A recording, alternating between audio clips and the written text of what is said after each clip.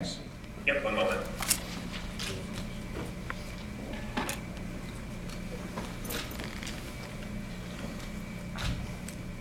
I'd like to thank all participants for holding. I'd now like to turn the call over to Jeff Nelson. Thank you, sir. You may begin. Okay, thanks, Brian, and we'll start with Coach. Any comments? Go ahead. Just to update everybody on the injury situation, Ryan Kaiser is full go. He's been practicing, and basically everybody else, it's a lot of bumps and bruises, but nothing serious. And seems to me that we're other than the guys that are out for the season, everybody's healthy for this game. Okay, we'll start our questions with Rich Garcella and Reading. Rich, go ahead. Thanks, Jeff. Bill, can you evaluate the Ohio State defense, including Ryan Shazier? Sure. This is the most athletic defense that we've played. They have guys on that side of the ball that are well coached. I think Luke Fickell, Mike Vrabel, those guys do a real good job of getting these guys lined up in different looks, and it's a very challenging defense. They have a number of guys on that defense that are good players. You asked about Shazier, Rich. He's a very athletic guy, very instinctive guy. A guy that can slip blocks very easily. You better know where he is in the passing game, whether he's blitzing or in coverage. Just a really athletic, good, instinctive football player. Obviously Bradley Roby. This guy's one of the top defensive backs in the country. A guy that has a very good knack for understanding what type of routes being run against him. He's got a knack for, making sure that he makes a play on the ball. Just from his film study, you can tell he studies film. So very challenging guy to go against. And then, obviously there's a lot of other guys on that defense that are playing well too. You don't get to 7-0 without having a good defense, and they have a very, very good defense. Bob Flounders in Harrisburg.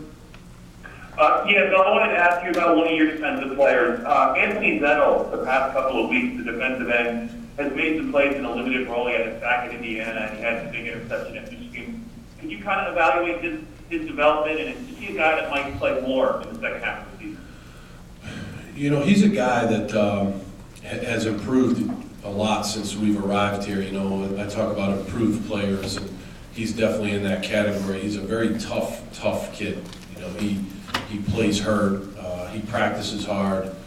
He's an instinctive player. That interception he made in the last game was a very instinctive play off of a zone blitz. And so, he's a guy that all of the playing time, Bob, I think, as you know, is determined by how you practice. So, as long as he continues to practice well, he'll play for us. Derek LaVarse in Wilkes-Barre. Yeah, Bill, how important is it for you guys to contain Braxton Miller, mainly on the scramble and the broken plays? It seemed like, against Michigan for you guys, Gardner did as much damage on those plays as opposed to the design receivers in zone read. Yeah, it's a very difficult challenge playing a guy like Braxton Miller. In my opinion, one of the top 5 players in the country. Really good football player who has improved immensely since he's been in the system. Last year was his first year in the system. Now I think he's got great grasp of this system. He's throwing the ball well. I thought they played real well offensively against Iowa. And again, like you said, if he gets outside the pocket, he's a dangerous guy. And sometimes those things are going to happen. We've got to play hard and play with great effort and do the best we can to keep him in there. And when he gets out, we have to make sure that we understand our rules, our scramble rules when he gets out. But again, that's the difficulty with a lot of these teams that you face with these quarterbacks that are, dual threat guys. It's a dangerous thing when they get outside the pocket. They're excellent quarterbacks in the pocket, and they're good outside the pocket. So, we'll just do the best we can. Mark Wogenrich in Allentown. So another one on Braxton Miller. What are your impressions of him now throwing the ball, and how will he improve in that part of the game? Say that again. So, continuing on Braxton Miller, what are your impressions of him passing the ball, and how he improves on that part of the game? Well, no, I just think that he's obviously a hard-working kid who's, throwing the ball very well. I don't know exactly what he did. I'm not there. I don't know Braxton Miller, but I do know that he's throwing the ball very well. He's accurate. He's making plays on third down in the passing game.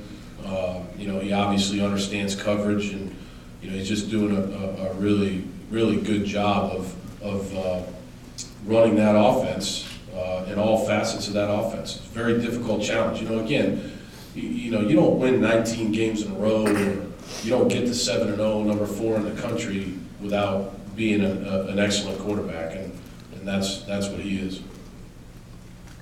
Frank Bodani in York. Some of your linebackers have been playing, but playing hurt. How does the bye week, maybe in particular, help Knight, Workman, and Mike Hall, and Ben Klein, and where is Ben with the shoulder moving forward here?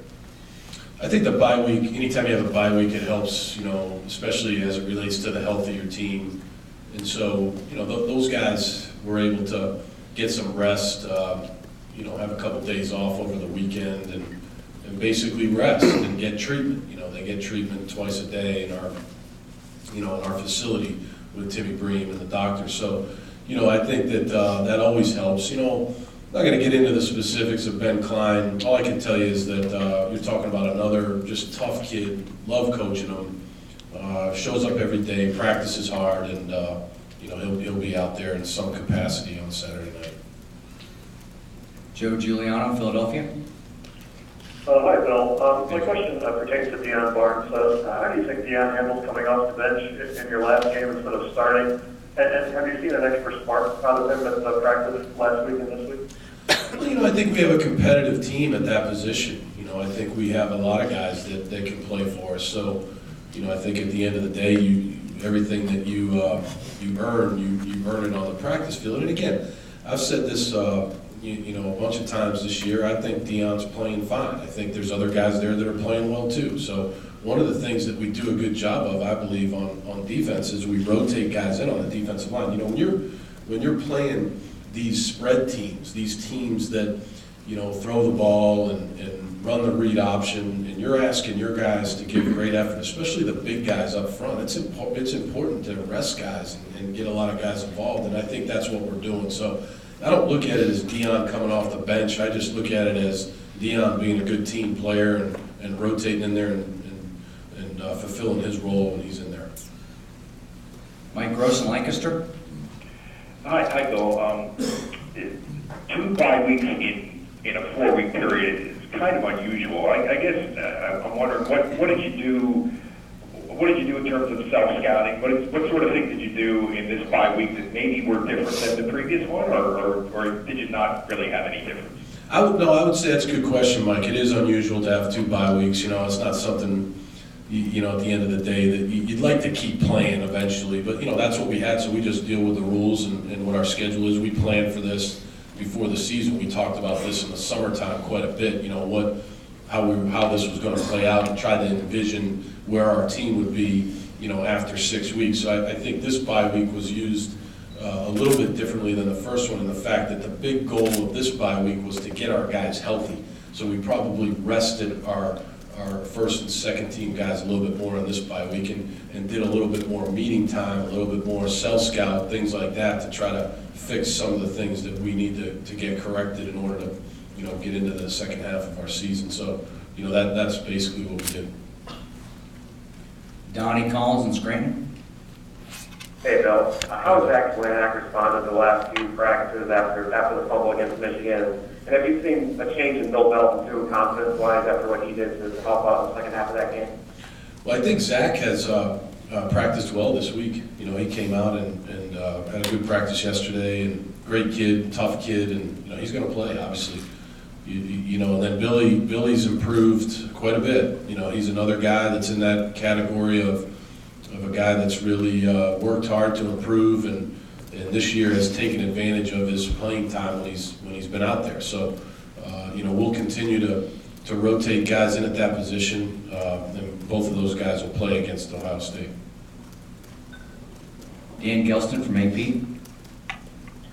Hi, Coach. After I think one of the few times Hackenberg may not have looked good, they've been the first couple of series in the home opener, and you mentioned something about, it's hard to simulate the big crowd, the big atmosphere in practice.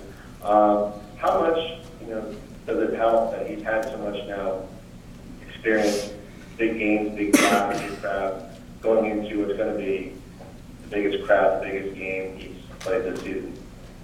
I think you'd have to ask him. I think you'd have to ask him. I think that one of the things that has struck me about Christian since the day I met him, which was a junior day, almost 2 years ago now, a year and a half ago, whatever, but, is his demeanor. He's he's a calm guy. He's got a quiet confidence about him.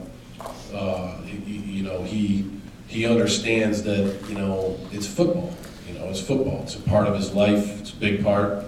He's a great family guy. He loves his family. He talks about his family all the time, things like that. So I think he's a very well-rounded guy that we got here. But again, you'd have to ask him about those things. I think, he focuses on his assignments. That's the thing about big games, big stadiums, and this is you're playing Ohio State in the Horseshoe.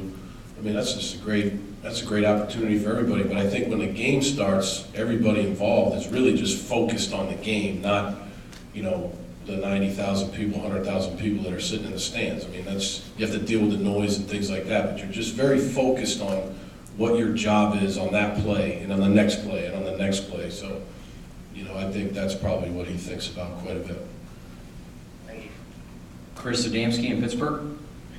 Hey, Bill, I know you're big on a lot of positions, a lot of personnel decisions, how they practice throughout the week leading up to that game, in terms of how much a lot of guys might play or play different roles.